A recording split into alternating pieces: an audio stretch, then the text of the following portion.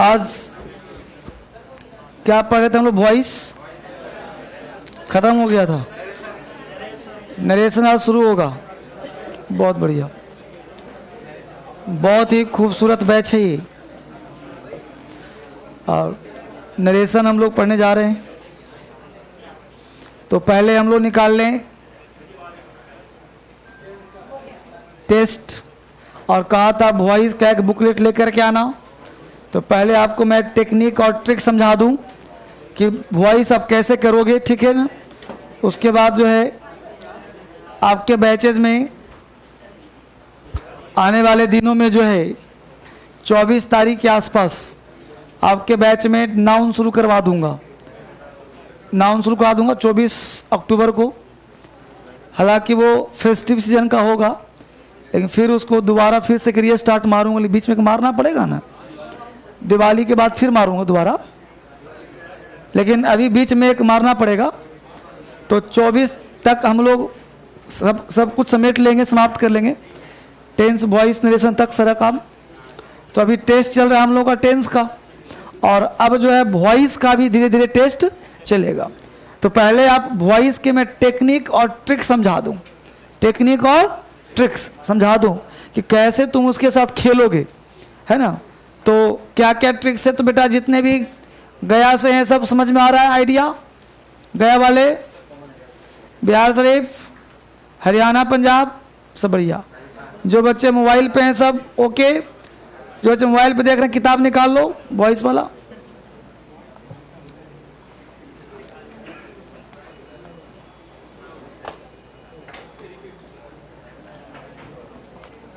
अरे यहाँ से कोई किताब हटा दिया, वॉइस वाला लेते हो जाओ। यहाँ से किताब क्यों ले जाते हो भाई?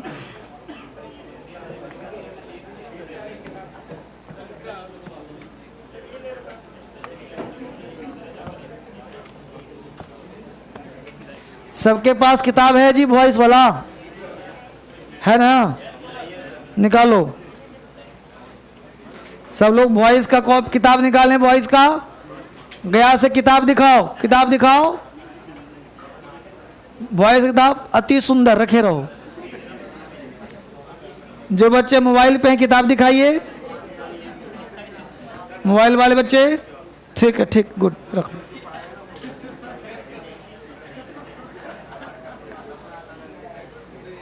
करना पड़ेगा कुछ, बढ़ना उससे मजा कैसे आएगा? उसको लगना चाहिए ना कि सर देख रहे हैं।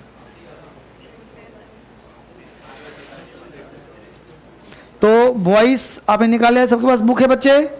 कहाँ चश्मे किताब कहाँ तुम्हारा? वॉइस कहाँ है? भूल गए। किताब कल कहा था लाने को?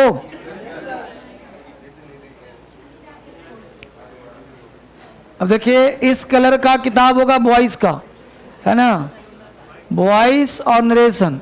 इसमें 1000 क्वेश्चन लिखे हैं। तो ये किताब निकाल लो और वॉइस पेज नंबर 1 निकालो। 1 निकालोगे तो पहले पेज में कुछ पढ़ने का दिया हुआ है, तो इसको एक बार पढ़ लो और अपने नोट्स में ऐड कर लो। कुछ चीज़ नया मिले तो पहला पेज से लेकर के 8 पेज तक इसको पढ़िए और पढ़ करके समथिंग ऐड कर लीजिए, है ना। और पढ़ के ऐड, कहाँ है बाबू किताब तुम्हारा हीरो? किताब कहाँ है तुम्हारा? तुम्हारा किताब कहाँ है हीरो? कहाँ खोया है? फोन में खोया तुम्हारा किताब, सब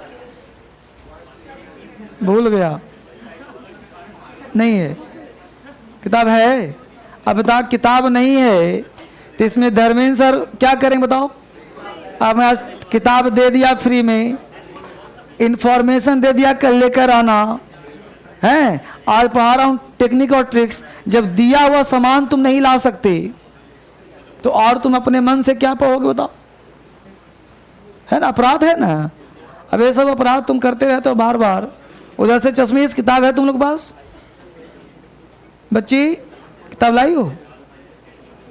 त्रिमूर्ति किताब है? चलो पीछे से, ठीक है। तो बहुत बढ़िया। देखिए अब तो ये 10 दिन गर्ल्स को कुछ बोल भी नहीं सकता, डांट भी नहीं सकता, चूंकि दुर्गा का अवतार हो गई अब।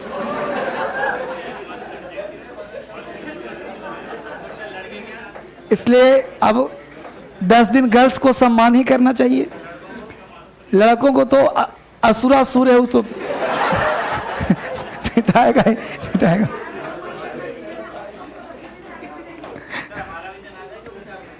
कभी नहीं बेटा, पुरुष का कोई दिन नहीं होता, सारी शक्ति महिलाओं के पास है ना। पुरुष बेचारा सिर्फ तांडव कर सकता है, उसके बाद कुछ नहीं। चलिए वापस आइए। तो पहला काम करना है कि पहला 10 पेज जो है आप पढ़ करके उसको अपने कॉपी में एक्स्ट्रा मिले तो नोट डाउन करना, बाकी सब पढ़ा हुआ है, एक्स्ट्रा मिले तो नोट डाउन कर लेना है, बुक में दिया हो, राइट। अब सेट नंबर 1 निकालेंगे आप, practice set number 1, voice practice set 1 level 1 निकाल लिया। अब लेवल 1 पे जब आप आएंगे तो पहला क्वेश्चन है he asked me to finish the work in time. अब जैसे ही वॉइस मिले आपको, सबसे पहला बनाने का टेक्निक क्या है वो समझिए। आप कैसे बनाएंगे, तो जितना आपने पढ़ा है, मेरी बात सब सुन रहा है गौर से, गया सब, बिहार शरीफ, हरियाणा, पंजाब, मोबाइल, गौर से जो कह रहा हूँ, किताब हो चाहे ना हो, सुनो गौर से। अब पहला क्वेश्चन पढ़ा कि he asked me to finish the work in time, topic अपने करो। अब ध्यान दो, पेन उठाया, अब पढ़ा क्वेश्चन ही आस्क्ड मी, यहीं पे रुक गया। अब ही आस्क्ड मी, बोलो सिंपल पास्ट हुआ कि नहीं हुआ? हुआ सिंपल पास्ट। अब दिमाग में तुरंत इमेजिन करो कि हमको चाहिए वाज वेयर, जितना चाहिए उतना ही मांगो, चाहिए क्या? Was were. अब 4 ऑप्शन को देखो कि वाज वेयर कहाँ है। अब देखो 4, पहला में है, तीसरा में है, चौथा में है, बोलो दूसरा में है। अब बताओ कि दूसरा ऑप्शन पढ़ के टाइम वेस्ट करोगे अपना? नहीं करेंगे, तो दूसरा साफ हो गया। अब बताओ कि पहला, तीसरा, चौथा, एक ऑप्शन कट गया। अब देखो कि यहाँ पे दिया है ही, तो बोलो बाय हिम जाएगा कि नहीं जाएगा? अब चेक करो बाय हिम कहाँ कहाँ लगा है, 4th में है क्या और कहीं है? और कहीं है? इसका मतलब कि आंसर 4 होगा तुम्हारा आंसर। अब एक बात, हमने हिंदी निकाला, एक लाइन पढ़ा, बस जो चाहिए वो देखा, जो चाहिए वो मिल गया, आंसर मिल गया। और टाइम लगा इसमें जी, कितना सेकंड लगा? 2-3 सेकंड, जबकि क्वेश्चन पूछे जाते हैं 27 सेकंड का टाइम मिलता है। तुम बनाए 5 सेकंड में, तो बाकी जो 20-22 सेकंड टाइम तुमको मिला वह टाइम लगा दो क्लोज टेस्ट में, PQRS में, कॉम्प्रिहेंशन में। समय को बचाना है। आपको वॉइस आता है यह इंपॉर्टेंट नहीं है, आप कितने सेकंड में करते हो यह इंपॉर्टेंट है। स्टार्टिंग में टाइम लगता है, दीजिए, फिर आगे आगे धीरे टाइम कम लगना अपने आप शुरू हो जाएगा। क्वेश्चन नंबर 2 पे आइए, सिर्फ एक ही क्वेश्चन नहीं, सारे क्वेश्चन ऐसे मांगूंगा जितना डाउट हो। Question 2, quinine taste bitter. अब बोलो टेस्ट प्रेजेंट टेंस का हुआ कि नहीं हुआ? इसका मतलब है कि क्यूनिन टेस्ट बीटर कब लगता है? जब टेस्ट करेंगे। तो इसको फिक्स कर लो कि quinine is bitter when it is tested. ऐसे क्वेश्चन जब भी आए, जैसे मैंगो टेस्ट स्वीट, तो मैंगो इज स्वीट जब खाएंगे, व्हेन इट इज टेस्टेड। तो इसका आंसर 1 लगा लो। ऐसे क्वेश्चन दिमाग में फिट कर लेते हैं, ठीक है। तो quinine is bitter when it is tested. अगर ये चौथा पहला ऑप्शन नहीं होता तो आंसर इसका 4 होता, क्यूनिन इज टेस्टेड बीटर। एक आंसर 1 लगाएंगे। क्वेश्चन नंबर 3 पे आ जाओ। We have already done the exercise. अब बोलो, ये जो पहला क्वेश्चन है 3 नंबर, बोलो प्रेजेंट परफेक्ट का है कि नहीं है? वी हैव ऑलरेडी, यानी हमको चाहिए हैव बीन लगा हुआ, बोलो चाहिए ना, तो हमको चाहिए बीन लगा हुआ, हैज बीन, हैव बीन। अब बोलो हैज बीन, हैव बीन कहाँ कहाँ लगा है? तीसरा में हैड बीन है, कट गया ना। चौथा में इज लगा है, कट गया ना। तो बोलो 3 और 4 कटा, बच गया 1 और 2। अब बोलो इसका ऑब्जेक्ट है द एक्सरसाइज, तो आंसर शुरू किससे होगा? द एक्सरसाइज से। तो बोलो आंसर 2 हुआ कि नहीं हुआ? बिना पढ़े आंसर निकल रहा है। क्वेश्चन नंबर 4 में आओ। 4 देख लिया बच्चे? अब 4 देख लिया, थोड़ा सा बड़ा है, मन डर रहा है कि बड़ा है अब क्या करूं। जितना बड़ा उतना खेलो, समझ रहे हो? अब यहाँ पे दिया है वी सिक, देखो गौर से, the main skills we seek, दिखा वी सिक जी। अब वी सिक का मतलब बोलो प्रेजेंट टेंस हुआ कि नहीं हुआ, तो वी सिक हो गया प्रेजेंट टेंस। अब प्रेजेंट टेंस का मतलब हमको चाहिए इज एम आर वी3, बोलो इज एम आर वी3 चाहिए ना, तो इज एम आर वी3 बस चेक करो, चार ऑप्शन में कहां है इज एम आर वी3, बस वो ही चेक करो, आराम से चेक करो इज एम आर वी3, दिमाग लगा के चेक करो।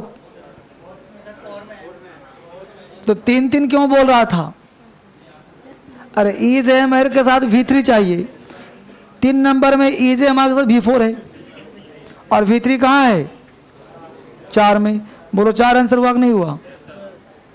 अब पता है लड़का क्या ढूंढेगा, एनालाइजिंग, इंटरप्रेटिंग, इवेल्युएटिंग, अरे सब क्या मतलब है। अब आपको सब्जेक्ट ऑब्जेक्ट चेक नहीं करना कि कहां पे क्या जोड़ा क्या घटाया, आपको सबसे पहला चाहिए ग्रामर, ग्रामर सही, आगे पीछे क्या जोड़ा क्या घटाया छोड़ो, इतना टाइम कहाँ है। अब दूसरी बात, ऐसा क्यों करते हैं सर, इसलिए कि एग्जामिनर को आंसर चाहिए, आपको चाहिए बेस्ट आंसर, राइट आंसर नहीं। क्यों, क्योंकि इसमें राइट एक भी नहीं आंसर नहीं है। अगर तुम सिर्फ क्वेश्चन पर हो और बनाने के लिए तुमको दे दिया जाए, एक भी नहीं बनेगा, एक भी नहीं बनेगा। क्यों नहीं बनेगा, क्योंकि इसमें रियल ऑप्शन ही नहीं है। अब ऐसा पूछता क्यों है, अगर सब सही दे देगा तो सब लड़का पास नहीं हो जाएगा, क्योंकि मोटा मोटी तो सब पढ़ता है, उसको वह लड़का चाहिए, वह चाहिए जो, हाँ, जो प्रोडक्ट कहां का है वो चेक करता है वो। यानी कहने का सेंस है कि आपको चेक वो करना है कि which one is the best answer, और बेस्ट कैसे निकलेगा, तो इस 4 में हमको जो चाहिए पहले वो निकालो, जो चाहिए वो निकालो, और वो निकाल के आप सीधा आगे बढ़ो। तुम्हारे बगल में लड़का एक एक लाइन पढ़ रहा है, वो टाइम 27 सेकंड का दिया गया है, वो लगा रहा है 2 मिनट 1 मिनट, और फिर भी वो उलझा हुआ है, और तुम्हारे पास समय 3-4 सेकंड, फटाफट ये चाहिए, ये तो चाहिए ही चाहिए, इसके सिवा ग्रामर होगा ही नहीं, वॉइस होगा ही नहीं। अगर वी3 नहीं होगा तो वॉइस नहीं होगा, हमको वी3 चाहिए। अब बाबू मेन स्किल दे चाहे ना दे, इंक्लूडिंग एनालाइजिंग हटा दे, उसमें क्या मतलब है, हमको जो चाहिए वो मिल गया, हम उसी को मारूंगा, वही तुम्हारा आंसर हो गया, बस मेरे हो। तो आप स्टार्टिंग में थोड़ा सा डर लगेगा कि पता नहीं गलत सही, लेकिन जब 2-4 सेट 1000 क्वेश्चन 500 बनाओगे, और अगर तूने 25 बनाया और जो टेक्निक दे रहा हूं तुम्हारा 20 सही हो गया, तो कॉन्फिडेंस आएगा ना। अगर तूने मैट्रिक्स दिया, तूने बनाया 5 सही हुआ, कॉन्फिडेंस लूज हो जाएगा। तो तुम दोनों में से बनाना, एक में पूरा पढ़ना और एक जो मैं दिया वो बनाना। तुम पूरा पढ़ के बनाओगे 50% भी सही नहीं होगा, और जो टेक्निक दे रहा हूं 90% सही हो जाएगा। बस मेरे हो, बस खाली देखो और भी क्वेश्चन देखो, क्वेश्चन नंबर 5 देखो, ऐसा सब क्वेश्चन पूछा हुआ है, एक भी क्वेश्चन ऐसा नहीं जो प्रीवियस ना हो, आज के डेट का भी प्रिंट किया हुआ इसमें। भाव पकड़ो। अब क्वेश्चन नंबर 5 देखो, क्वेश्चन नंबर 5 कह रहा है द अकाउंटेंट टुक, रुक जाओ, बस देखो बेटा, देखने का तरीका चेंज करो। अकाउंटेंट टुक, अब टुक का मतलब V2, अब V2 हो गया तो हमको चाहिए क्या, वाज वेयर चाहिए, पानी भिजा दो पानी, हमको चाहिए क्या, वाज और वर चाहिए। अब चेक करो कि वाज वेयर कहां कहां है। अब बताओ पहला में है तो सीधा कट, सीधा कट। क्यों भाई, हम पढ़ के दिमाग खराब क्यों करें, जो सही हो ही नहीं सकता। तो बोलो 1 नंबर कट गया, बच गया 2, तो 2 में है ना, रख लेंगे साइड में। पढ़ लिया 3 में है ना, रख लेंगे साइड में। 4 में देखो है क्या, तो कट कर देंगे। सबसे पहले टेक्निक क्या दिया था, दुश्मन को कम करो। इस मेथड पे चलो, सबसे पहले इंफॉर्मेशन लो, इंफॉर्मेशन लेकर के एलिमिनेशन कर दो, हटा दो, हटा करके तब इन्फरेंस लगाओ। तो पहला काम किया दुश्मन इंफॉर्मेशन कि भाई हमको चाहिए वाज वेयर। अब वाजपेयी 4 के 2 ही ऑप्शन में है, तो हम 2 पढ़ के माथा खराब क्यों करेंगे? समझ पा रहे हो? दिमाग चश्मिश समझ में आ रहा है ना? तो हमने क्या करा, पहला सही और तीसरा सही, यानी पहला चौथा कट, पहला और तीसरा राइट, बच गया 2 और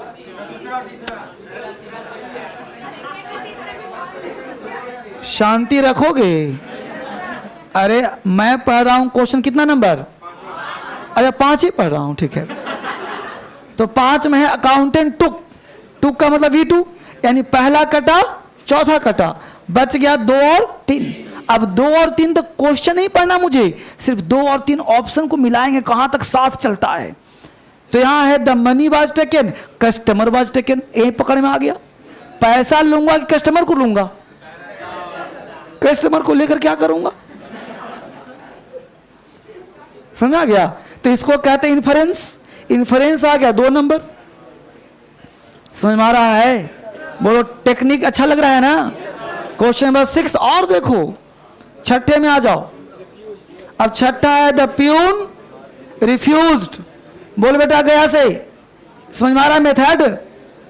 समझ में आ रहा है ना? बहुत बढ़िया। छठा देखो, छठा number question 6, question number 6 mobile पर देखो, द प्यून रिफ्यूज, गप ना करो बेटा, गप नहीं बाबू, दड़ी हल्ला, शांत रहो, शांति रहो।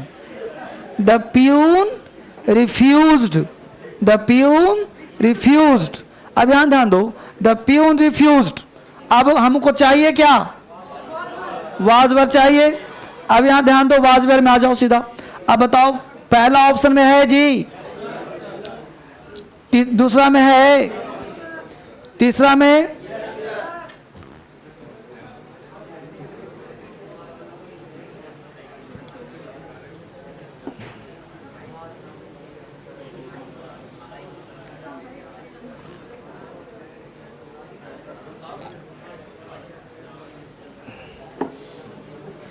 पहला में है, दूसरा में नहीं है, चौथा में नहीं है। तो बताओ बेटा, दूसरा चौथा पढ़ेंगे हम? ऑलवेज माइंड दैट आपके एग्जाम में सेम रहेंगे। कभी कभी ऐसा होगा कि आपके 3 ऑप्शन में नहीं रहेंगे, किसी एक ही में होगा, बस देखते ही आंसर मार दोगे। 2 ऑप्शन हर हाल में कम हो जाएगा तुम्हारा, यानी 2 दुश्मन हमेशा कम होगा इसी मेथड से। अब तुम्हारे 2 ऑप्शन हट गए, तो सबसे पहले भीड़ कम करना है। तो यहां पे हमने 4 काट दिया, और 1 कहां, 2 काट दिया, तो 2 काट दिया और 4 काट दिया। बस चेक करो बेटा, क्योंकि 2 में लगा है इज, 4 में लगा है इज, तो इज तो होना नहीं है। अब बच गया 1 और 3। अब 1 और 3 में देखो कि सब्जेक्ट हिम है ना बाबू, हिम को उठा के लाएंगे, ही बन जाएगा। तो बोलो ही वाज होगा कि एडमिटेंस वाज होगा? ही वाज होगा। बोलो आंसर 1 हुआ कि नहीं हुआ? अब जो मैं कहा वो समझ में आ रहा है? एक और देख लो, 7 नंबर और देख लो, कॉन्फिडेंस आ जाएगा। अब 7 नंबर देखो, they have made a film, they have. अब बोलो प्रेजेंट परफेक्ट टेंस का है कि नहीं है? अब प्रेजेंट परफेक्ट टेंस का है, तो जरा आप दिमाग लगाओ कि हमको चाहिए हैव बीन V3। देखो बेटा, जिसको टेंस नहीं आएगा वो वॉइस में 0 रहेगा, ध्यान रखना। टेंस पढ़ना जरूरी है, स्ट्रक्चर दिमाग में घूमना। अब हमने कहा हैव मेड, तो हमको चाहिए हैव बीन मेड, चाहे हैज बीन में जो भी होगा। अब have been, has been made, check करो किस ऑप्शन है। दूसरा में है फिल्म के साथ हैव लगाया, दूसरा तुरंत कट गया, क्योंकि फिल्म है सिंगुलर तो हैव आएगा। तो 2 तो पहले काटो, लग रहा था सही होगा। पहला है अ फिल्म वाज बेस्ड, पहला भी कट गया। तीसरा है film based on has been made, has been made 3 में है। चौथा में है हैज बीन के बाद बेस्ट दे दिया है, तो चौथा भी कट गया। बोलो आंसर 3 हुआ कि नहीं हुआ? हैज बीन के बाद V3 ना चाहिए, V3 मिल गया आंसर। अब जो मेथड दिया, किसी बच्चे को डाउट है 1 से 7 में नहीं समझ में आया पूछो। एक मिनट शांति। 3 नंबर तुमको चश्मीश 4 नंबर। 3 और 4 फिर से देखो गया वाले। 3 और 4 यहां भी डाउट है, तुमको भी डाउट होगा, फोन वाला बच्चा 2 नंबर और तुमको बच्चे 4 नंबर। चश्मीश 4 ना 4। अब 4 कहता, ध्यान दो गौर से, 4 नंबर बेटा 4 नंबर हमने पढ़ा पूरा, बच्चे अनजान बन गए हम। और हमने पढ़ा the main skills we seek to develop include analysing reprising and evaluating ideas. अब दिमाग काम नहीं किया, अब हमने ध्यान लगाया सर के ऊपर। सर ने क्या कहा था? सर ने कहा कि बेटा कहीं भी हो पहले टेंस ढूंढो। अब टेंस ढूंढना प्रयास किया तो हमने देखा स्किल वी सीक, वी हो गया सब्जेक्ट और सीक है V1, इसका मतलब प्रेजेंट टेंस का मामला है। देख लो कैसे आइडिया आएगा, प्रेजेंट टेंस का मामला है। अब प्रेजेंट टेंस है यार, तो वॉइस बनाऊंगा तो इजे मार तो चाहिए ही चाहिए, और वॉइस का मतलब है कि V3 चाहिए ही चाहिए। अब इजे मार के साथ V3 जिस ऑप्शन में होगा उसको हम प्रेफर करेंगे। अब तुम्हारे दिमाग मारो सर चारों में होगा तो हो ही नहीं सकता, हो ही नहीं सकता। क्यों? क्योंकि ये 25 क्वेश्चन बनाने में अच्छे अच्छे का बुखार छूट जाएगा अगर चारों में होगा तो। 2 घंटे का पेपर होता है, 200 क्वेश्चन होता है। एग्जामिनर को ही पता है कि हम 200 नंबर दे रहे हैं, इसलिए वो भी तुमको सपोर्ट करता है। बस वो चेक करता है कि तुम्हारा दिमाग कितना शार्प चलता है, वो ये चेक नहीं करता कितना विद्वान हो। भाई बनाने को थोड़ी दिया तुमको क्वेश्चन, बनाने में बैठ जाएगा तो बनेगा किस नहीं, और चारों में सेम कर देगा तो फिर दिमाग लगाते रहो कि पहले दे 10 की लगा कि डन है क्या आएगा। ऐसा हो ही नहीं सकता, एक भी क्वेश्चन आज तक रिकॉर्ड नहीं है।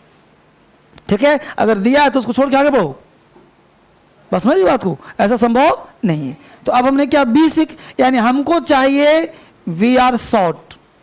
अब ध्यान दो, इजे मार्क के बाद शॉर्ट कहां दिया हुआ है, तो सिर्फ और सिर्फ आंसर 4 में है। हालांकि पूरा उल्टा पुल्टा है, लेकिन आंसर क्या होगा? 4 होगा। समझ जसमेश? आप बोलो कौन सा नंबर? 2 नंबर। देखो बेटा 2 नंबर क्वेश्चन जो है ना, इसको तुमको दिमाग में फिक्स करना पड़ेगा। इसमें एक तो है कि टेस्ट का V1 हो गया तो इजे मार चाहिए चाहिए, उस हिसाब से देखो तो चारों में इजे मार है। लेकिन तुमको क्या चाहिए यहाँ पे, ऐसे क्वेश्चन को दिमाग फिट कर लेते हैं कि quinine taste bitter. Quinine bitter स्वाद में लगता है, स्वाद में तब लगता है जब खाएंगे, तो इसलिए व्हेन इट इज टेस्टेड जोड़ना पड़ता है। हाँ, ये स्पेशल हो गया, तो इसको तुम याद कर लो। मैंगो टेस्ट स्वीट, तो मैंगो इज स्वीट जब खाएंगे व्हेन इट टेस्टेड। 7 नंबर। अब देखो बेटा हैव मेड दिया है ना, अब हमको चाहिए have been has been made. अब हैज बीन मेड चाहे हैव बीन मेड कहाँ कहाँ है, तो एक 2 नंबर में है, तो 2 नंबर में फिल्म दे दिया है। फिल्म तुम्हारा सिंगुलर है, अब सिंगुलर के साथ हैव तो आएगा नहीं, इसलिए 2 कट गया। पहला में वाज दे दिया, वाज तो आएगा नहीं, तो पहला कम हुआ दूसरा कम हुआ, बच गया 3 और 4। अब 4 में है कि हैज बीन के बाद अगर मेड होता तो सही हो जाता, तो हैज बीन के बाद बेस्ट दे दिया, बेस्ट तुम्हारा वर्ब है नहीं, वर्ब तुम्हारा मेड होता है। आंसर 3 हो गया।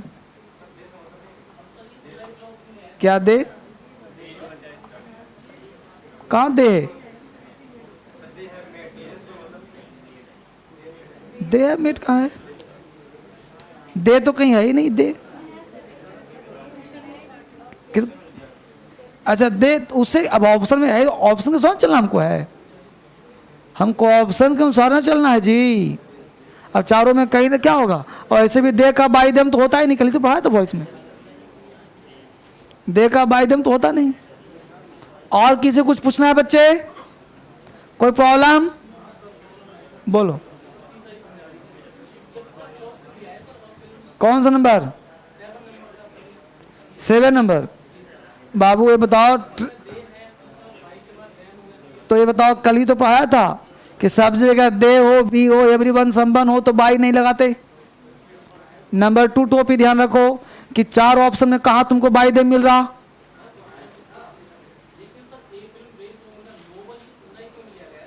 मुझे बताओ, ये बताओ कि 4 ऑप्शन में आंसर कोई एक ही ना होगा। अब बताओ 4 में कौन सा आंसर लगाऊं फिर? नहीं, तो जो कहा जाए वही करिए। दिमाग लगाएंगे तो परीक्षा में धरने में बैठे रह जाएंगे, आप पास नहीं करेंगे फिर। नहीं नहीं नहीं, बनाने वाला काम कल तक था जो बनवाया। अब तुमको पढ़ा रहा हूँ एसएससी सीपीओ एग्जाम बेस्ड, बस में रहो, बनाने वाला काम नहीं करो। अब ये मत सोचिए बनेगा कैसे, पहले ही कह दिया। फिर समझ लो, एसएससी सीपीओ में 22 से 20 से 25 नंबर के क्वेश्चन पूछे जाते हैं। यूपीएससी में पूछता है बनाने वाला, एक क्वेश्चन देगा, उसमें ऑप्शन नहीं देगा, बनाइए आप, तो उसमें ऐसे क्वेश्चन नहीं होंगे, वो उसका पैटर्न अलग होगा। अब एसएससी और सीपीओ में जो 25 नंबर पूछता है उसमें 4 ऑप्शन देता है। अब मुद्दा उठता है कि अब चारों ऑप्शन ऐसे होते हैं जिसका एक भी राइट आंसर नहीं होता, एक भी राइट आंसर नहीं होता। अब है कि एग्जामिनर राइट आंसर क्यों देता? अगर वो आंसर राइट एप्रोप्रिएट दे देगा तो हर बच्चा सारे क्वेश्चन सही कर देगा। और आज का जो एग्जाम है वो कट थ्रोट कंपटीशन है।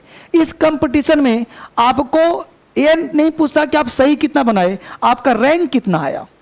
आप बहुत विद्वान हैं, 200 में आपने 50 बना के आगे, बिल्कुल एक्यूरेसी पूरा 100%, 50 से ये 150 आपने टच भी नहीं किया। आप बड़े शरीफ आदमी थे, आप भीड़ से बाहर हो गए, किसी काम के नहीं, नल्ले हैं आप। सुनो बात से, एक व्यक्ति है उसको एवरेज नॉलेज है, डीएस ने एडमिशन लिया, सर ने जो कहा वो चुपचाप बात मान लिया कि सर ने टेक्निक दिया था ऐसा हो ऐसा मारो, ऐसा आई बाई करे, छोड़ के आगे बढ़ो, क्योंकि तुम्हारे पास समय नहीं है। 25 क्वेश्चन है, तेरे को 5 मिनट टाइम दिएगा मैक्सिमम, इस 5 मिनट धैर्य उड़ाओ, आगे बढ़ो, क्योंकि तुमको टाइम लगाना है क्लोज टेस्ट और कॉम्प्रिहेंशन और पीक्यूआरएस पे, क्योंकि वो टाइम खींचेगा, कंज्यूम करेगा। इसमें टाइम लगाएगा, फंस जाएगा तुम। अब कॉमन एरर है, उस पर टाइम लगाओगे, फंस जाओगे। आगे बढ़ो फटाफट। आपको 4 ऑप्शन में एक राइट लगाना है। ये अगर सोच लिया कि ये कैसे ये कैसे ये कैसे, तो फंस गया। क्यों फंस गया भाई? क्योंकि तुमको बनाने के लिए नहीं दिया है, वो 4 ऑप्शन दिया है, ऑप्शन मारो, आगे बढ़ो। बनाना है तो यूपीएससी का क्वेश्चन लो, बनाओ। बनाना है तो आप क्लास 10 का उसको बनाओ। बनाना है तो धर्मेंद्र सर ने पढ़ाया है उसको बनाओ। ये बनाने के लिए दिमाग नहीं लगाना कि क्या बनेगा छोड़ो। बस ये देखो 4 में कौन होगा, 4 में कौन होगा। हाँ, हमसे जो पूछते हम मेरे हमसे जवाब दो। मुझे बताओ कि they have made a film based on this novel. शांत रहो पहले, है क्वेश्चन। अब मुझे चाहिए इसका आंसर क्या होगा। राइट नहीं चाहिए, बेस्ट चाहिए। चारों में कौन? चारों गलत है, चारों गलत है। अब चारों में गलत है तो या तो हम छोड़ दें, तो छोड़ेंगे तो जितने क्वेश्चन होंगे इसे सीखे सब गलत ही दिखेगा फिर। समझा बात को? तो अब है कि अब इसमें झलक जो एप्रोप्रिएट सही हो। अब हम देखेंगे भाई सही क्या होगा। तो हमको पैसे में एक ही कॉन्सेप्ट है जिसका नाम है वर्ब का थर्ड फॉर्म। एक ही कॉन्सेप्ट है, एक्सिलरी वर्ब। यानी एक्सिलरी वर्ब के साथ अगर V3 मिल गया तो उसको हम प्रेफर करेंगे, नॉट राइट, प्रेफर करेंगे। अब हम पहला देखें कि अब फिल्म वाज बेस्ड। अब वाज तो आना नहीं, चूंकि हैज है, कट कर दिया, एक दुश्मन हट गया ना जी। क्वेश्चन नंबर 2 पढ़ लिया। अब फिल्म हैव बीन मेड। अब हैव बीन के बाद हमको चाहिए V3, और V3 है भी मेड, लेकिन फिल्म सिंगुलर है तो वर्ब भी चाहिए सिंगुलर, तो हैव तो आएगा नहीं, 2 भी कट गया, 2 दुश्मन कम हो गए। अब बच गए 3 और 4, इन्हीं दोनों में से एक ऑप्शन मेरा राइट होगा। अब पढ़ लिया हमने 3 नंबर। अब film based on this novel has been made. अब हैज के बाद बीन भी लगाया, मेड भी लगाया, इसको थोड़ा सा प्रेफर करेंगे। बच गया 4, देख लेते हैं। अब फिल्म हैज बीन बेस्ड। अब हैज बीन के बाद एक्सिलरी वर्ब के बाद तुरंत V3 चाहिए। अब हैज बीन के बाद V3 है नहीं, बेस्ड है। बेस्ड एक एडजेक्टिव है, वो वर्ब है नहीं, तो हो गया, अभी 4 कट गया। मजबूरी में 3 मारा, राइट हो चाहे रॉन्ग हो 3 आंसर होगा। अब बता क्या पूछना है। अब तुम पूछ रहे हो सर बाय देम कहां गया। अब नहीं दिया, किसी में है बाय देम, तो बाय देम कोई ऑप्शन है जी, बाय देम को रूल है। हमने तो बिना बाय का पढ़ा नहीं, वॉइस बिना बाय का वॉइस पढ़ा हूं ना। इसमें कितने ऑप्शन में बाय लगा है? 7 में से 1 में लगा है मात्र, पहला क्वेश्चन में। और कहीं बाय लगा है जी? किसी में बाई लगा है? तो धर्मेंद्र सर ने क्यों पढ़ाया था बिना बाई का? आज के लिए ही, ताकि आपका दिमाग काम करेगा। समझ आ गया मुद्दा? अभी 21 7 तक 21 कहां से लाया? अब आपको क्या करना है सोच समझिए, घर पे शांति से जाना, और बाकी इसमें टोटल 25 क्वेश्चन है, इस 25 को बनाना, समझाया? जो मेथड दिया हूं उसी मेथड पर अगर बेटा जैसा कह रहा हूं कर लोगे तो तुमसे बेहतर वॉइस किसी का नहीं होगा। अगर नहीं किया तो भाई अपना रिस्क खुद लेना। बस समझ गए? तो कल आप 25 क्वेश्चन बना करके आएंगे। सेट 1 जितना कहा जाए उतना ही करिए। सेट 1 कहा तो सेट 1 ही बनाइए, अब 2 मत बना के लाना। अब 1 में स्टार्टिंग में टाइम लगता है, टाइम लगाइए, लेकिन जैसे सोचने का हूं वैसे ही सोचिए। उसके बाद आंसर मिलाइए, इसमें आंसर दिया हुआ है, आंसर मिला के चेक कर लीजिए कौन सही है। अगर आंसर तुमने बनाया गलत हो गया और आंसर मिलाने के बाद फिर पढ़ो क्वेश्चन, तुमको लगा कि हाँ मैं गलत था, आंसर सही था, तो अपने आप को अपोलोजाइज कर लीजिए। अगर आपको लगता है कि नहीं मैं सही हूं आंसर गलत है, कंसीडर नहीं कर सकते, तो कल जैसे ही आता हूं आके डाउट पूछ लीजिए। अभी इस उम्मीद मत रहिए कि सारे क्वेश्चन फिर से मैं एक्सप्लेन करूंगा। बस समझ गए? आप पढ़िए, एक्सप्लेन कर दिया, अब अपना लिस्ट उठाइए, इसको बनाइए, और जहां जहां डाउट हो आप उसको फिर से एक बार मेरे से पूछ लीजिए। जो कहा समझ में आया? क्योंकि बेटा बिना मरे स्वर्ग नहीं मिलता। अगर तुमको स्वर्ग चाहिए तो तुम्ही को मरना पड़ेगा, क्योंकि मैं तो दिखाऊंगा आसान लगेगा तुमको, लेकिन तुम भी तो देख कर देखो। तो कल कितना लगेगा? सेट 1, परसों सेट 2, फिर सेट 3, तो हर दिन एक एक सेट आगे बढ़ते रहिए। बस में आ, और इसको बनाते रहिए जब तक ये पूरा खत्म ना हो जाए। आपको दूसरा किताब हाथ नहीं लगाना है। बस में आ, ये 25 नंबर का क्वेश्चन होता है। बंद करूं इसको? कोई और डाउट मन में है तो पूछ लो। चलो वापिस आ जाओ।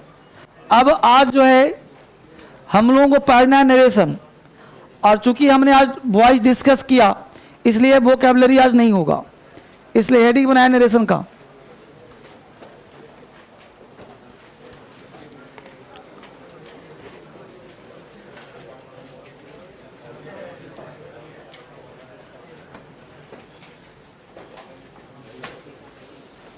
नरेशन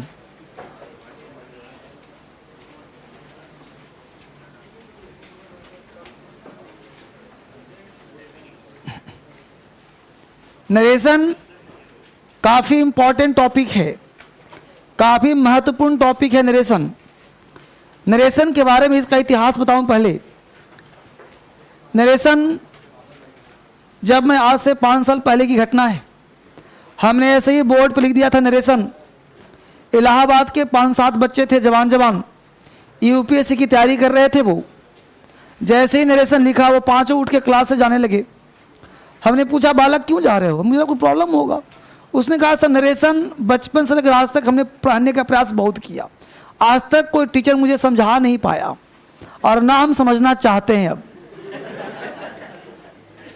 नरेशन हम पढ़ना नहीं चाहते क्योंकि मेरे बस की नहीं, समझ सर दर्द हो जाता, समझ में नहीं आता। नरेशन काफी कष्टकारी लगता है और ये धर्मेंद्र सर के लिए चैलेंज हो गया। फिर हम उसे डांट बिठा, बैठो, उसे बिठाया गया। अब गुरु का आदेश था, वो बैठ गया चुपचाप, बैठो चुपचाप, दर्द हो देखूंगा। और उस दिन जो है उसको पढ़ाया गया। 6 लड़के ऑफिस में आए, पैर पकड़ लिए। उसने कहा कि जीवन में पहली बार मोक्ष मिला है, पहली बार नरेशन समझ में आया है। और ये वाक्य बिल्कुल अक्षरशः सही है। सही कैसे है कि नरेशन बच्चों को समझ में कम आता है। आप यहां पर जब पढ़ोगे नरेशन, आप ये बताओ कि वॉइस टफ लगा, जो टेक्निक दिया टफ लगा? बोलो, तुमको लगता है कि 25 में 25 बन जाएगा? बन जाएगा? विश्वास हो रहा है कुछ कुछ? जहां डाउट हो क्लास में सरेआम बोलना कि हाँ सर नहीं बन रहा, क्योंकि प्रैक्टिस करने के लिए हर दिन दे रहा हूं और प्रेशर ही बना रहा हूं कि बना करके ही आना। इसका मतलब है कि भरोसा है कि बनेगा। नरेशन में ऐसी टेक्निक दूंगा, पहले पढ़ने वाला काम, यहां तुमको बनाना सीखना है, क्योंकि ट्रिक्स और टेक्निक का इस्तेमाल वही करेगा जिसको बेसिक नॉलेज होगा। अगर जिसको नहीं पता इसे मारो, वो कहां से करेगा चेंज? जिसको नहीं पता V2 चेंज कैसे करेगा? नरेशन वैसे सेम वॉइस की तरह है, नरेशन और आसान है, बहुत आसान। क्यों आसान है भाई? तो नरेशन से पहले समझो क्या क्या पूछेगा। तो नरेशन से लगभग एसएससी और सीपीओ में और टायर 1 टायर 2 मिला दें तो लगभग 27 क्वेश्चन पूछे जाते हैं। अब बताओ कि ये 4-5 क्लास करके अगर 27 नंबर का क्वेश्चन, 27 मार्क्स से क्वेश्चन अगर तुमसे बनता हो एक टॉपिक पढ़ करके, और सर्टेन है कि आएगा ही आएगा, तो क्यों नहीं इसको पी लें बढ़िया से। जब पता है कि यहां से आएगा फिर भी बच्चा बढ़िया से नहीं पढ़ता, ट्रिक्स का इस्तेमाल नहीं करता, टेक्निक का इस्तेमाल नहीं करता, क्योंकि जरूरी है, वहां दिमाग लगाने की जरूरत ही नहीं है। तो नरेशन से कितना पूछेगा? 27। टायर 1 टायर 2 मिला के। टायर 2 में 25 क्वेश्चन, एक आध दो क्वेश्चन टायर 1 में पूछ देता है। और इसके साथ साथ नरेशन अगर नहीं आता तो स्पोकन तुम्हारा बढ़िया नहीं होगा। राइटिंग की तो कल्पना ही ना करो, यानी राइटिंग और स्पीकिंग सीखना है तो नरेशन का आना बेहद जरूरी है। बात करें हम यूपीएससी सर्वश्रेष्ठ, अभी 2 दिन पहले पेपर वह चेक कर लो, 10 नंबर के क्वेश्चन पूछे गए। 10 नहीं पूछेगा तो 5 पूछेगा, आता ही आता है। तो 5 से 10 नंबर क्वेश्चन यूपीएससी में, 25 नंबर का सीपीओ एसएससी में। स्पोकन राइटिंग इंपॉर्टेंट है, इसका मतलब कि नरेशन हर एंगल से इंपॉर्टेंट है, आप इसको इग्नोर नहीं कर सकते। कोई दिक्कत है यहां तक? नहीं। तो ये हो गया आपके लिए पढ़ने के लिए भूख कि आप इसको पढ़ोगे क्यों। क्लियर? अब हम जानते हैं कि नरेशन है क्या चीज। तो नरेशन अगर हम व्यवहारिक भाषा सीखें, एक गांव की भाषा सीखें, तो नरेशन का मतलब होता है किसी की कही गई बात, किसी की कही गई बात दूसरे को बता देना ही नरेशन है। इसलिए टॉपिक महिलाओं का फेवरेट होता है। किसी की कही गई बात दूसरे को बता देना नरेशन कहलाता है। आजकल तो महिला नहीं कह सकते, पुरुष भी इसमें शामिल है नहीं, और ऐसे भी महिला के बारे में बोलना ही नहीं कुछ 10 दिन।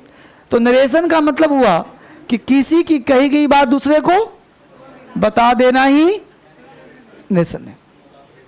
अब किसी की कही गई बात मतलब अगर कोई व्यक्ति कुछ बात बोला, हम दूसरे को कह दिए, तो जब कल्पना करो कि मान लो ए ने कुछ कहा कि, तो कहेगा कि इससे तो कोई व्यक्ति होगा ना, बी से कहा। अब बी ने बताया किसको? सी को। नहीं हो भाई, किसी की कही गई बात दूसरे को बता देना कि यह तुम्हारे बारे में ऐसे कह रहा था।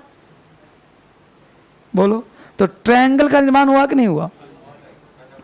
तो किसी, यानी कि इसमें हर समय 2 व्यक्ति तो इन्वॉल्व रहेगा ही रहेगा, और तीसरा बेचारा पीसा जाएगा इसमें हमेशा, यानी इसमें 3 लोग इन्वॉल्व होंगे ना। लेकिन बोलेगा कोई एक, बोलेगा कोई एक, लेकिन इन्वॉल्वमेंट कितने का होगा? 3 का। मैं बोलूं कि सुरेश तुम्हारे बारे में ऐसे कह रहा था, तो मैं बोल रहा हूं अकेला, सुरेश एब्सेंट है, तुम सुन रहे हो, बस मेरे हो। इसका मतलब हुआ कि इसमें 3 लोगों का इन्वॉल्वमेंट हमेशा होगा। अब तक हम लोगों ने क्या पढ़ा था भाई? अब तक हम लोगों ने पढ़ा टेंस। टेंस में क्या पढ़ा? सिंगल स्टेटमेंट, तुम जाते हो, तुम खाते हो, वो आता है, वो जाता है, वो पढ़ता है, वो लिखता है। अब पढ़ा हमने वॉइस, उसे पढ़ाया जाता है, लिखाया जाता है, पढ़ाया जाता है, सुनाया जाता है, सब्जी बिकती है, ये बिकती है, वो बिकती है। सिंगल स्टेटमेंट बोलना सीखा, अब उसी स्टेटमेंट को जोड़ना सीख रहे हैं। राम कहता है कि सब्जी बिकती है, तो राम कहता है एक्टिव वॉइस, सब्जी बिकती है पैसिव वॉइस, दोनों को जोड़ दिया, बन गया नरेशन। राम कहता है मैं नहीं पढ़ूंगा, राम भी एक्टिव वॉइस, मैं नहीं पढ़ूंगा, वो भी एक्टिव वॉइस, दोनों को जोड़ दिया, बन गया नरेशन। तो नरेशन का मतलब होता है वह स्टेटमेंट, नरेशन का मतलब स्टेटमेंट, नरेशन का मतलब स्पीच। अब स्पीच का मतलब कथन। कथन 2 प्रकार का, एक जो व्यक्ति ने कहा, सब उतार रहे हो ना फटाफट, क्योंकि मैं मिटाता रहूंगा। ए हुआ, बी हुआ, सी हुआ, एक ट्रायंगल बना लिया। ए ने कुछ कहा बी से, अब बी किसके बारे में कहा? इसके बारे में। तो ये हो गया तुम्हारा स्टेटमेंट। नरेशन स्पीच 2 तरह का, एक डायरेक्ट स्पीच और एक इनडायरेक्ट स्पीच। एक डायरेक्ट और एक इनडायरेक्ट। अब प्रश्न उठता है डायरेक्ट इनडायरेक्ट क्या होता है भाई? तो स्पीच का मतलब कथन। कथन तो भाई सीधा भी हो सकता है। अब किसी की बात करनी है तो हमसे हू बहू उसी की बात कर दें। कैसे सर? हमने बोला वह कहता है कि मैं ईमानदार हूं।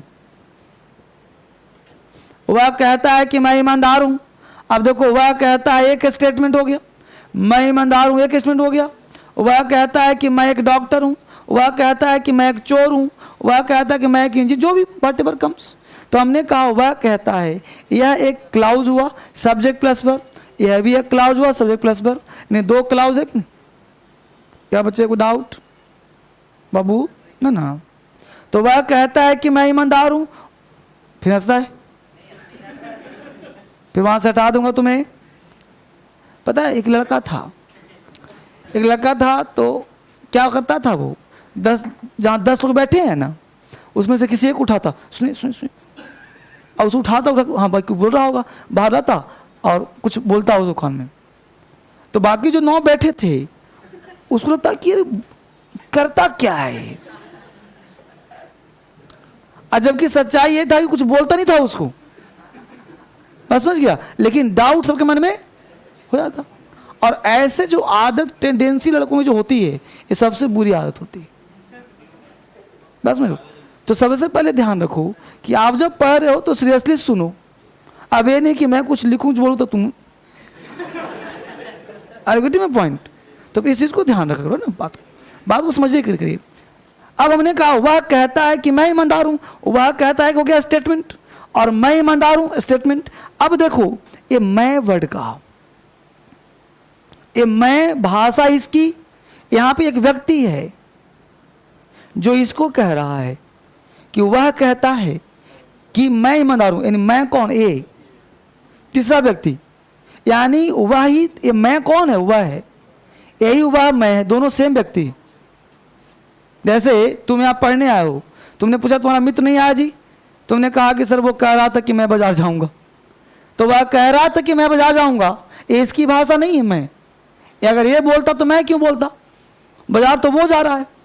लेकिन इसने कहा कि वह कह रहा था मैं, और मैं सुन लिया कि वह कह रहा था, सुना नहीं, और सुन लिया मैं बाजार जाऊंगा। तो बोलो इसका स्टेटमेंट अधूरा हुआ कि नहीं हुआ? इसीलिए स्पीकिंग में डायरेक्ट स्पीच का प्रयोग नहीं करते। डायरेक्ट का मतलब होता है दूसरे की भाषा, डायरेक्ट का मतलब दूसरे की भाषा, क्योंकि मैं वर्ड अपनी भाषा तो है नहीं। उसने कहा था मैं नहीं आऊंगा क्लास, इसने बोल दिया मैं नहीं आऊंगा क्लास, जबकि ये तो क्लास आया है। लेकिन इसने बात किसी करी? मित्र की बात करी। तो मित्र ने कहा था मैं, उसी की भाषा बोल दिया। यानी when we take the exact word of the speaker, when we take the same word of the speaker, that is called direct speech, that is called. तो बोलो उसी की भाषा लिया कि नहीं लिया, एग्जैक्ट वर्ड लिया कि नहीं लिया, तो इसको क्या बोलेंगे हम? Direct speech. क्लियर? अब देखो तो इसका नाम हो जाएगा डायरेक्ट स्पीच, डीएस। अब मैं सेकंड बोला कि वह कहता है कि वह एक ईमानदार आदमी है। वह कहता है कि वह एक, अब देखो वह कहता है कि तुम्हारा हटा भी दिया। हमने पूछा तुम्हारा मित्र नहीं आया, तो सर वो बाजार गया है। वो तो उसने कहा था मैं बाजार जाऊंगा, तुमने कह दिया मैं को वो, तो तुमने अपने मन से ना वो कर दिया। वह उसने बोला था देखो यार मैं ईमानदार हूं, उस मैं को तुमने कह दिया कि सर वह ईमानदार है। तो ये भाषा उसकी तुम्हारी है। यानी in this case we don't take the exact word of the speaker, exact word नहीं लेते हम लोग। In this case we take the sense of the statement of the speaker and we explain that statement in our own words, that is called indirect speech. समझा? यानी इस case में exact word लेते हैं, और in this case don't take exact word of the speaker, in this case we take the sense of the statement of the speaker. क्या लेते हैं हम लोग? सेंस लेते हैं, and we explain that statement in our own words, that is called indirect speech. बात समझा? तो डायरेक्ट का मतलब दूसरे की भाषा, इनडायरेक्ट मतलब अपनी भाषा, और अपने हम कुछ भी बोल सकते हैं। क्लियर? तो डायरेक्ट यहां तक उतार लिया, एक एक क्या है, इनडायरेक्ट स्पीच हो गया। तो वह कहता वह अपनी भाषा है, इसलिए इसका नाम होगा इनडायरेक्ट स्पीच। अभी लिखो, घबराओ नहीं, समझ में आएगा बिहार शरीफ, घबराना नहीं है, अभी दिमाग में डालूंगा सीधा। अभी नरेशन शुरू कहां हुआ है, अभी समझो डायरेक्ट क्या है इनडायरेक्ट क्या है। एक एक बच्चा संतुष्ट होगा, यहां टाइम लगेगा तो लगेगा, आराम से सीखो नरेशन। जो टॉपिक बढ़िया होता है उसमें बढ़िया से पढ़ाता हूं, जल्दी वाला कोई काम नहीं। ये नहीं कि 2 दिन नरेशन साफ कर दिया मार्केट की तरह। मार्केट में कहीं पढ़ोगे, लगा पढ़ता होगा, देखना 2 दिन नरेशन साफ, जो जितना नंबर का होगा उतने साफ करेगा, और जिसमें नंबर सबसे कम होगा उसको खींचता रहेगा। अब यहां तक समझ में आ गया। ये था ट्रेलर, हेडिंग बनाओ narration.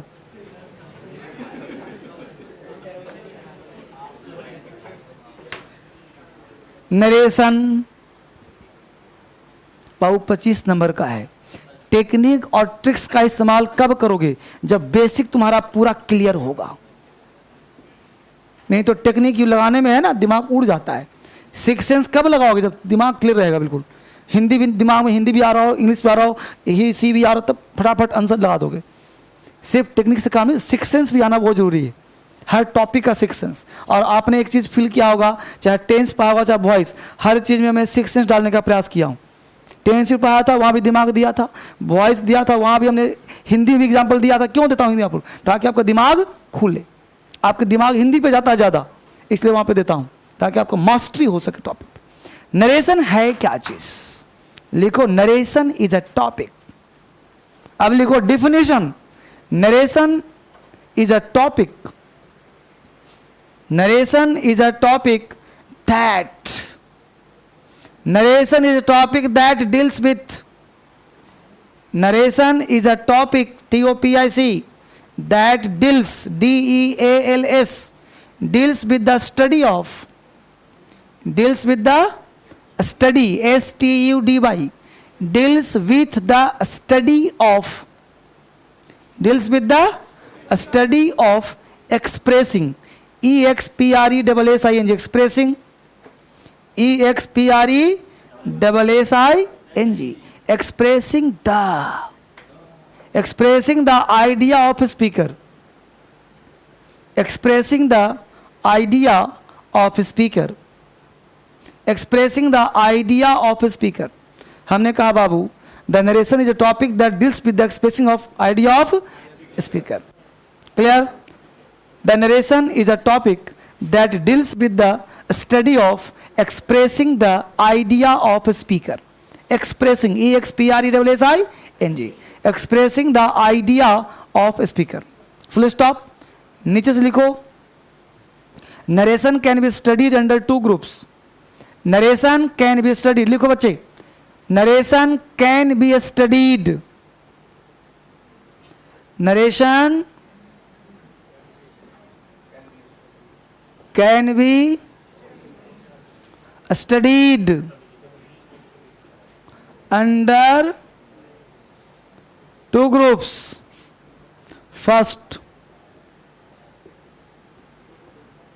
direct speech, indirect speech, short में कहते हैं DS, IDS, डायरेक्ट स्पीच और indirect speech, direct speech, indirect speech. Clear? अभी मैं एक एक चीज लिखवा दूं ताकि कॉपी में नोटेड रहे। लिखो पहला डायरेक्ट स्पीच, डैश दो। पहले लिखो डायरेक्ट स्पीच क्या होता है।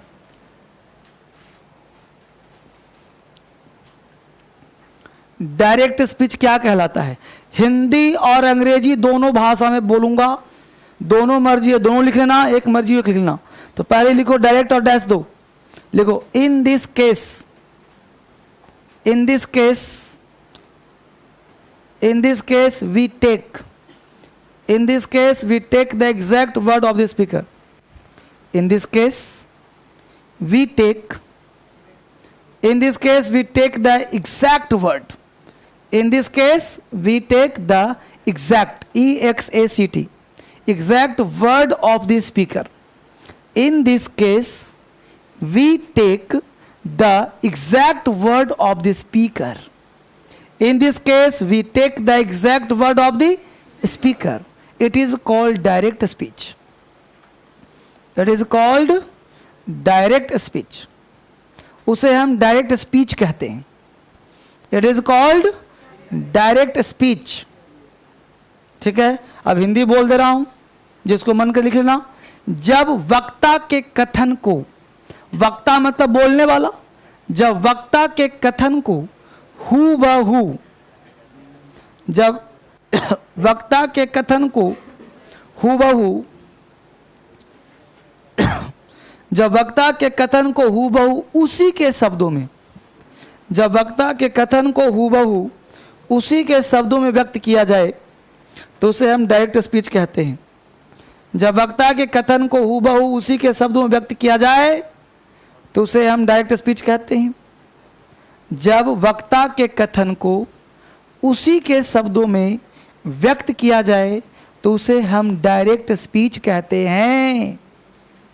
जब वक्ता के कथन को उसी के शब्दों में व्यक्त किया जाए तो उसे हम डायरेक्ट स्पीच कहते हैं. बोल बाबू को दिक्कत? नीचे लिखो indirect speech.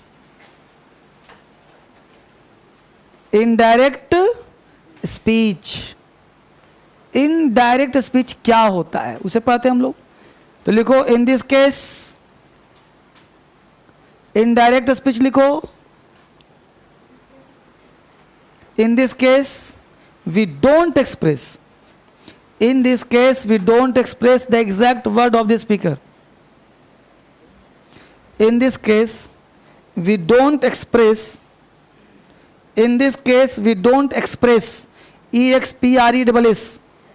In this case, we don't, do not, we do not express the, we do not express the exact, E-X-A-C-T, exact word of the speaker.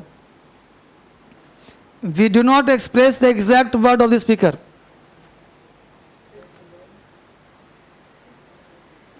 We do not express the exact word of the speaker, but, beauty, but we take, but we take, but we take the sense of the statement of the speaker. But we take the sense. But we take, but we take the sense, but we take the sense of the statement, but we take the sense of the statement, but we take the sense of the statement of the speaker, but we take the sense of the statement of the speaker, but we take the sense of the statement of the speaker. फिर से बोल दे रहा हूं. In this case, we don't express the exact word of the speaker, but we take the sense of the statement of the speaker, and we express, and we express, and we, W-E-V, express, E-X-P-R-E-S-S, we express that statement. We express that statement in our own words. We express that statement in our own words. And we express that statement in our own words. It is called indirect speech. It is called indirect speech. Clear? एक बार फिर से बोल दे रहा हूं. In this case, we do not express the exact word of the speaker, but we take the sense of the statement of the speaker, and we express that statement in our own words. It is called indirect speech. लिख लिया? हिंदी में बोल दे रहा हूं, हिंदी चाहो लिख लो. जब वक्ता के कथन को जब वक्ता के कथन को उसी के शब्दों में व्यक्त ना करके, जब वक्ता के कथन को उसी के शब्दों में व्यक्त ना करके, जब वक्ता के कथन को उसी के शब्दों में व्यक्त ना करके उसके सारांश या भाव, उसके सारांश एवं भाव को लेकर, उसके सारांश एवं भाव को लेकर, उसके सारांश एवं भाव को लेकर अपने शब्दों में व्यक्त किया जाए, उसके सारांश एवं भाव को लेकर अपने शब्दों में व्यक्त किया जाए, इनडायरेक्ट स्पीच कहलाता है।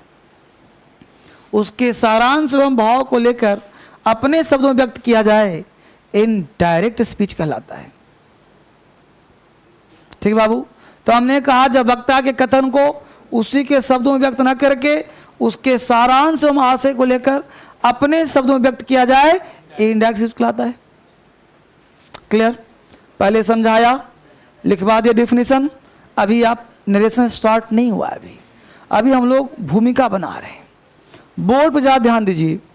अब जो आपको परिचय करा दूं, दिखता कैसा है। देखो बोर्ड पे सब्जेक्ट होगा, वर्ब होगा, comma, inverted commas, subject verb other word, inverted comma से क्लोज कर दिया, ठीक, फुल स्टॉप लगा दिया। इस तरह के बनावट कहीं लाइफ में दिखे तो इसका नाम रखना डायरेक्ट स्पीच।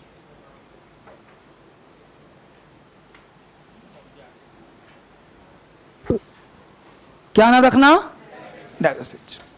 अब जरा ध्यान दे बच्चे, ये सब्जेक्ट है, वर्ब है, राइट। इसका एक नामकरण किया गया है। पहले नामकरण करने से पहले कुछ आइडिया जानिए। बोलो ये बाउंड्री से बाहर है कि नहीं, ये बाउंड्री के भीतर है। अब समझना गौर थोड़ा सा। फुल स्टॉप हमने यहां दिया, अगर धोखे से फुल स्टॉप यहां दे दिया, अब बताओ कि बाउंड्री से बाहर चला गया ना। अब फुल स्टॉप तुमने बाहर में क्या किया, उसको क्या मतलब? तो ऐसे सेंटेंस को गलत माना जाएगा पंक्चुएशन में। तुमने क्वेश्चन मार्क बाहर दे दिया तो भाई तू बाउंड्री में देगा, बाउंड्री से बाहर तुम क्या कर रहे हो, क्या मतलब? जो काम करना बाउंड्री के भीतर ना करेगा, समझ पा रहे हो? इसलिए बाउंड्री से बाहर कोई चीज दिया उसकी मान्यता नहीं होगी, वो गलत हो जाएगा। इसलिए गलत हो जाएगा स्टेटमेंट है। इसलिए जितने प्रकार के साइन देने हैं कहाँ देंगे? इसलिए बाउंड्री के जो थोड़ा सा अगर लगाना हो, बाउंड्री देना हो, थोड़ा सा बढ़ा के बाउंड्री दीजिए। कब्जा ही करना है तो बढ़ा को भी दीजिए। अब जितने साइन देना है साइन दीजिए, समझ आया? यानी जो भी पंक्चुएशन मार्क देना है कहाँ करोगे? इन्वर्टेड कॉमा के अंदर। पहला कॉन्सेप्ट हुआ क्लियर? एक एक चीज सिखा रहा हूं, राइटिंग भी, स्पोक, हर चीज। अब ध्यान दो बोर्ड पे। अब नामकरण करते हैं। ये बाउंड्री के बाहर, ये बाउंड्री के बाहर। बोलो इन दोनों में कोई समानता है? क्या मतलब? भाई अमेरिका अपना देश अलग है, उसका बाउंड्री अलग है, इंडिया अलग है, उसको क्या मतलब? बोलो अगर अलग अलग है तो शासन होंगे अलग अलग। ये टेंस होते हैं तीन, present tense, past tense, future tense. अब बताओ कि वर्ब टेंस का मतलब क्या होता है? Verb V1, V2, V3, V4, V कुछ भी हो सकता है यहाँ पे। इसका मतलब कि यहाँ पे एनी टेंस हो सकता है।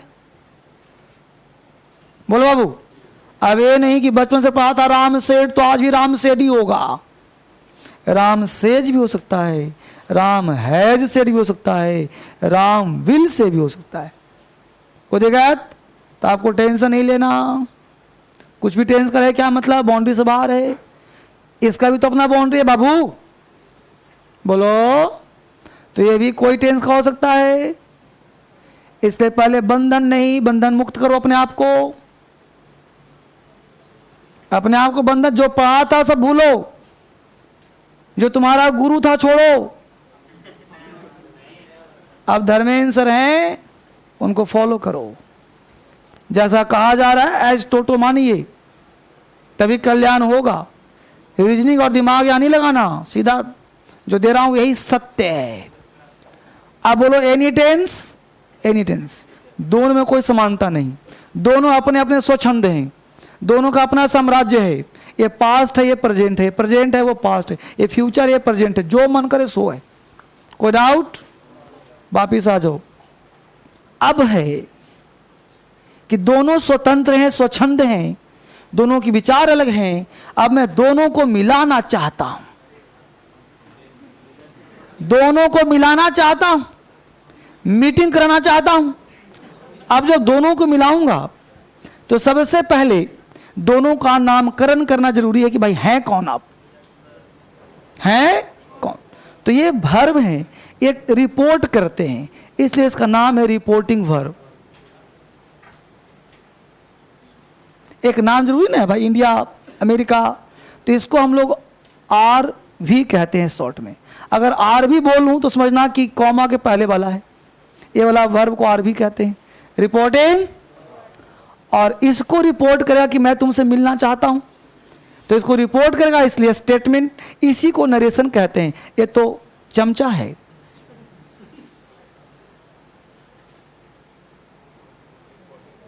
स्पीच, इसको शॉर्ट में आरएस कहते हैं। तो आरवी और आरएस का कॉन्सेप्ट हुआ क्लियर। आरवी रिपोर्ट करता है भाई कि मैं मिलना चाहता हूं, और आरएस उसको अंगीकार करता है, आ जाओ। क्लियर? तो आरवी और आरएस, वो रिपोर्ट किया, स्वीकार किया। कोई दिक्कत? अब यहां तक लिख लिया, वापिस आ जाओ। तो आरवी आरएस हो गया क्लियर जी? समझो कोर्स, कोई बच्चा समझो, बहुत प्यार से आराम से पढ़ा रहा हूं, जल्दी वाला काम नहीं कर रहा हूं कि ये है। देखो बोर्ड पे, तो हमने कहा है आरवी और आरएस। अब जैसे ही मिलने के लिए हाथ बढ़ाया, जैसे ही मिलने के लिए हाथ, ये इन्वर्टेड कॉमा ब्रेक कर दिया कि कहां जा रहा है, कहां, राइट। अब ध्यान दो, ये इसका नाम है कॉमा। अब देखो कितना बड़ा काम करता है कॉमा। अब कॉमा तो छोड़ दिया कि जाओ तुम आगे जाओ, कोई दिक्कत नहीं, कुछ कंजंक्शन लेकर के, लेकिन इन्वर्टेड कॉमा बंधन में बांधे हुए है। यानी सबसे पहला काम यह है कि इसका नाम है इन्वर्ट। इन्वर्ट मतलब उल्टा दिमाग का है, मिलने नहीं देगा, मिलने नहीं देगा। तो इन्वर्टेड, अब इन्वर्टेड एक नहीं है, पहरेदार कितने हैं, दो, तो बोले कॉमास। देखो एक एक पॉइंट समझो ना, इन्वर्टेड कॉमास, तो कॉमा इन्वर्टेड कॉमास, ये इसको मिलने नहीं दे रहा। क्लियर? यहां लिख लिया। अब तो कॉमा ये हो गया, इन्वर्टेड कॉमास ये हो गया। अब समझिए कोर्स, एक एक पॉइंट मैं हाईलाइट कर रहा हूं आराम समझने के लिए। अब हमने समझा क्या क्या, वो समझिए, फिर आगे बढ़ते हैं। हमने कहा सब्जेक्ट है, वर्ब है, comma inverted comma, subject verb, other word, full stop लगाया। अब हमने समझा कि भाई आर भी है, आर एस है, ये दोनों को मीटिंग कराना है। तो मीटिंग करने के लिए हाथ बढ़ाया, तो ये कॉमा इसको ब्रेक लगाता है, तो इस कॉमा को हटाना पड़ेगा, जो कि आर एस पे लगा हुआ है ग्रहण। तो इस आर एस से हटाने के लिए पूछना पड़ेगा ना बाबू कि भाई मैं तुमसे मिलना चाहता हूँ, बाउंड्री हटाओ अपना। तो बाउंड्री हटाने के लिए क्या कुछ नियम कानून होंगे, उस नियम कानून का नाम होगा मास्टर रूल। यानी इसको मास्टर रूल के तहत काम करना होगा, राइट। अब मास्टर हो गया। अब है कि ये राष्ट्रपति है, प्रधानमंत्री है, तो राष्ट्रपति बात किससे करेगा, प्रधानमंत्री बात किससे करेगा, प्रधानमंत्री से। सभी बात करेगा, भर बात करेगा। ऐसे जो रूल का निर्माण होगा उसे कहते हैं जेनरिक रूल।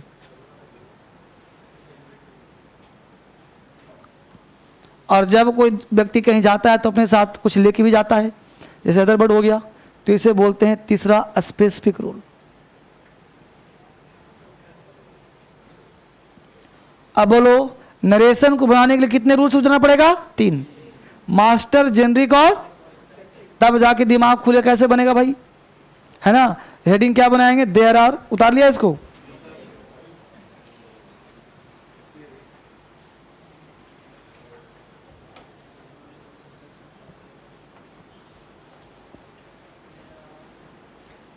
एकदम बड़े प्यार से समझो एक एक लाइन, तब तुम्हारा एक्यूरेसी 100% हो जाएगा।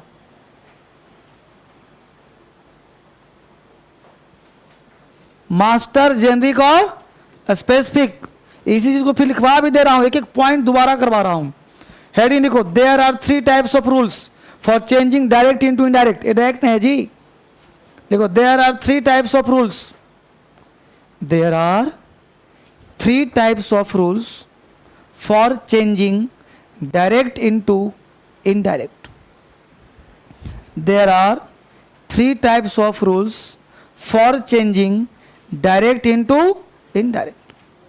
There are 3 types of rules for changing direct into indirect. Direct signal बनाने के लिए 3 तरह के रूल्स काम करते हैं। पहला मास्टर रूल, पहला क्या लिखा नहीं, आलसी मत बनो, लिखो फटाफट मास्टर रूल। ए नहीं कि ऊपर लिखा तो नीचे नहीं, बिल्कुल टिप ऑफ द टंग होना चाहिए, मास्टर रूल। दूसरा लिखो जेनरिक रूल, ये सब तो कॉन्सेप्ट है। जेनरिक रूल, जेनरिक रूल दूसरा हो गया। तीसरा लिखो स्पेसिफिक, मतलब special, SPECIFIC, specific rule, specific rule. तो बोलो नरेश ने कितने रूल चाहिए? 3 रूल। हेडिंग बनाए, पहला रूल मास्टर रूल।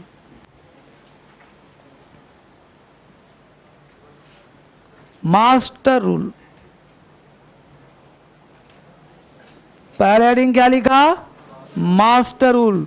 बस इतना ध्यान रखना कि नरेशन जब तक पढ़ रहे हो, कम से कम स्टार्टिंग का 3-4 क्लास गैप मत करना, कम से कम 2-3 क्लास। अगर गैप कर लिया तो आज का पढ़ा हुआ कल साफ हो जाएगा, नहीं कल नहीं आओगे तो।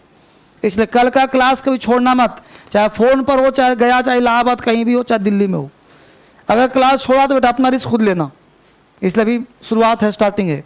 अब ध्यान दो, 3 तक रूल्स है, मास्टर, जेनरिक और स्पेसिफिक। पहला हेडिंग क्या बनाया? Subject plus verb, subject verb other word.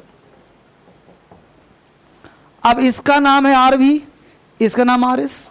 अच्छी बात, इसके बारे में कुछ कहा गया? नहीं कहा गया। अभी किसके बारे में कहा गया है? तो फोकस कहां तुम्हें करना है? इन्वर्ट को वहां पे सिर्फ एक क्या है, एक क्या है, कोई मतलब नहीं ना है। अच्छी बात। अब बोलो, इसको जब हटाऊंगा तो इससे परमिशन लेनी होगी ना। तो परमिशन का मतलब क्या है भाई? इसके बारे में जानना पड़ेगा कि भाई ये किस प्रकार का सेंटेंस है, तभी तो हटाएगा ना। इसका मतलब स्टेटमेंट कैसा है, तो हो सकता है कि भाई ये असर्टिव हो। अब बोलो, बेसिक क्लास में सेंटेंस पढ़ा था ना, सेंटेंस कितने होते हैं? 5, असर्टिव, इंटेरोगेटिव, इंपरेटिव, ऑप्टेटिव और एक्सक्ला। तो पहला असर्टिव, दूसरा इंटेरोगेटिव, तीसरा इंपरेटिव, चौथा ऑप्टेटिव और 5वां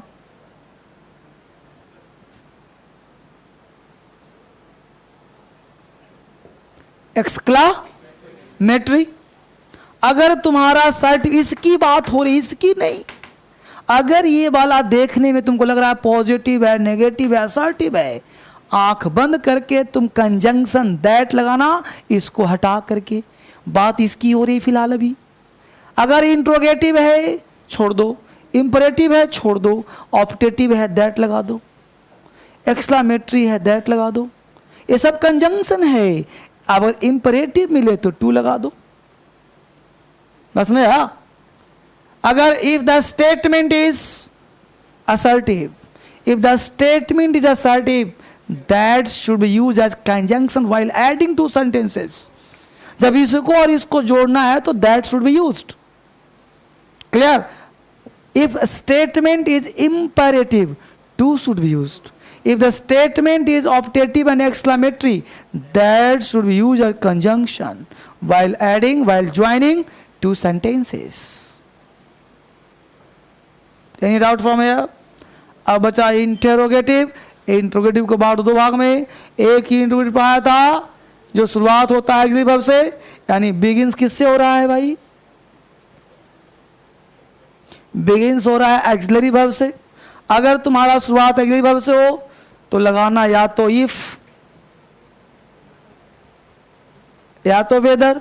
अगर शुरू हो रहा है WS से, बिगिंस है WS से, तो सेम WH, चिंता मत करना, same WH is used as conjunction. अगर WH से शुरू है तो same WH is used as conjunction. Same लागू होगा, तुम्हें डरने की बात नहीं है, सेम लागू होगा। ये सब दोबारा पढ़ाऊंगा जब एक एक सेंटेंस शुरू करूंगा तब। अभी सिर्फ नॉलेज में रखो कि भाई असर्टिव क्या होता है, इंट्रोगेटिव क्या होता है, बस इतना ही दिमाग में रखो। दिमाग काम कर रहा है ना?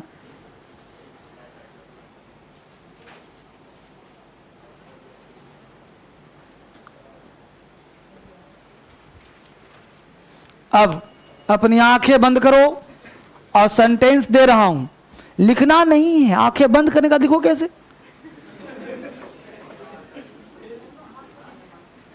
लिखना नहीं है। पहले ही कहा आंखें बंद करो, मतलब आंखें बंद इसलिए करो कि दिमाग में सोचो कि सर क्या बोल रहे हैं, सुनिए, लिसनिंग भाई, शब्द भेदन, यानी स्टेटमेंट दे रहा हूं, सुनो गौर से, फोन वाले गया वाले बिहार शरीफ भी, तो जो चीज बोल रहा हूं उसको सुनिए और आप बताइए कंजंक्शन क्या लगेगा, सुन करके, लिख करके नहीं। अब बहुत लिख चुके हो, सीधा जो सुनो, ठीक है? अब मैं बोलूंगा, तुम लोग बताना कंजंक्शन क्या लगेगा, बोलना, तुम लोग को आवाज गूंजना चाहिए। Ram said, comma, inverted commas, I saw him, that लगेगा। दूसरा, he said to me, he said to me, comma, inverted commas, what is your name, what is your name, what, क्योंकि व्हाट इज योर नेम क्या है, WH, तो WH तो क्या, same WH, what है तो व्हाट हो जाएगा। अगला सुनो, my mother said to me, my mother said to me, shut the door, shut the door. अब बहुत आवाज दैट भी आ रहा है, तो शट द डोर इंपरेटिव नहीं है जी, तो टू ना आ जाएगा। अब बेटा ये तो बेसिक ज्ञान है, अगर तुम गलती यहीं करेगा तो वो ट्रिक्स लागू होगा फिर, क्योंकि ट्रिक्स में सभी चेक करवाता हूं कि देखो क्या है, समझ पा रहे हो ना? तो ट्रिक्स के लिए भी पढ़ा रहा हूं और दिमाग के लिखने की पढ़ा रहा हूं। और सुनो, द प्रीचर सेड, प्रीचर कहते हैं पादरी को, जो पादरी जो चर्च में नहीं रहता प्रीचर, उसको प्रीचर कहते हैं। The preacher said, may God pardon the Sinner, may God pardon the, that लगेगा। अब दिमाग लगाना छोड़ दो, क्या था दैट लगा दो, बस दो चीज पकड़ लो कि इंपरेटिव है कि नहीं, इंट्रोगेटिव है कि नहीं, बस बाकी सब में दैट लगना है। कोई दिक्कत? तो आज यहीं तक पढ़ना है, कल तूफान मचेगा, कल का क्लास मिस मत करना एनी हाउ, चाहे मोबाइल पर हो, चाहे गया, चाहे इलाहाबाद, चाहे पटना, चाहे बिहार शरीफ, चाहे दिल्ली। तुम लोग तो पास में रहते हो इसलिए नहीं बोलता हूं।